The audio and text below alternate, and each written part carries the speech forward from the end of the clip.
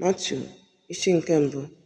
Akwụkwọ osusu ọmụmụ Jizọs Kraịst nwa David nwa Abraham. Abraham mụrụ Aịzik, Aịzik wee mụta Jekọb, Jekọb wee mụta Juda na ụmụnne ya.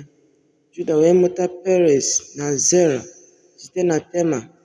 Perez wee mụta Hezron, Hezron wee mụta Ram, Ram wee mụta Aminadab, Aminadab wee mụta Nashọn, Nashọn wee mụta Salmọn, Salmọn wee mụta Boaz site na Rehab, Boaz wee mụta Obed site na Rut, Obed wee mụta Jesi, Jesi wee mụta David bụ eze, David wee mụta Solomọn site na nwunye Uria, Solomọn wee mụta Rehoboam, Rehoboam wee mụta Abiaja, Abiaja wee mụta Esa, Esa wee mụta Jehoshafat, Jehoshafat wee mụta Joram, Joram wee mụta Uzai, Uzai wee mụta Jotam, Jotam wee mụta Ehaz, Ehaz wee mụta Hezekaya, Hezekaya wee mụta Manase, Manase wee mụta Emọn, Emọn wee mụta Josaya, Josaya wee mụta Jekonaya na ụmụnne ya.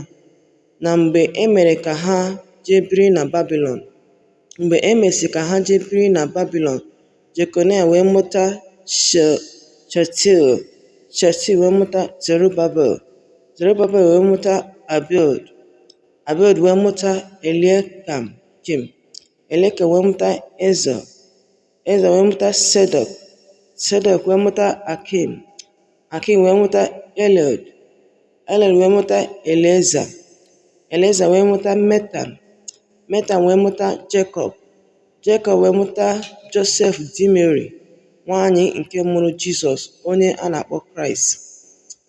Ya mere, ọgbọ niile site na Abraham ruo David dị ọgbọ 14.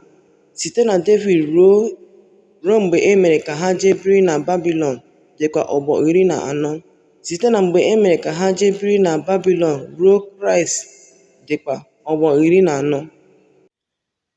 Ma ọmụmụ Jizọs Kraịst dị otu a mgbe e kweruru na Josef ga-alụ nne ya Mary. Mgbe ha na-edinakọtabeghị, a hụrụ na ọ dị ime site na mmụọ nsọ.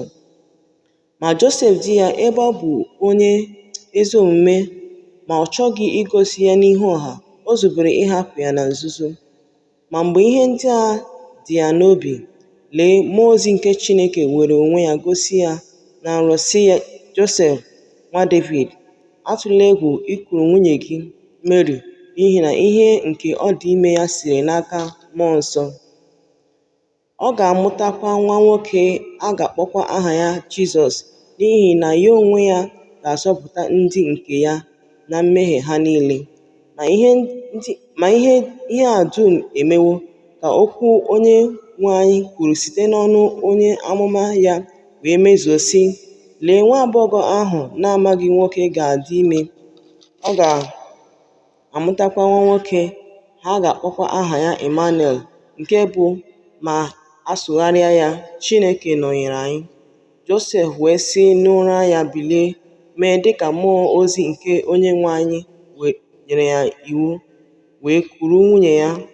Ọ maghịkwa ya ruo mgbe ọ mụtara nwa nwoke a, o wee kpọọ aha ya Jizọs.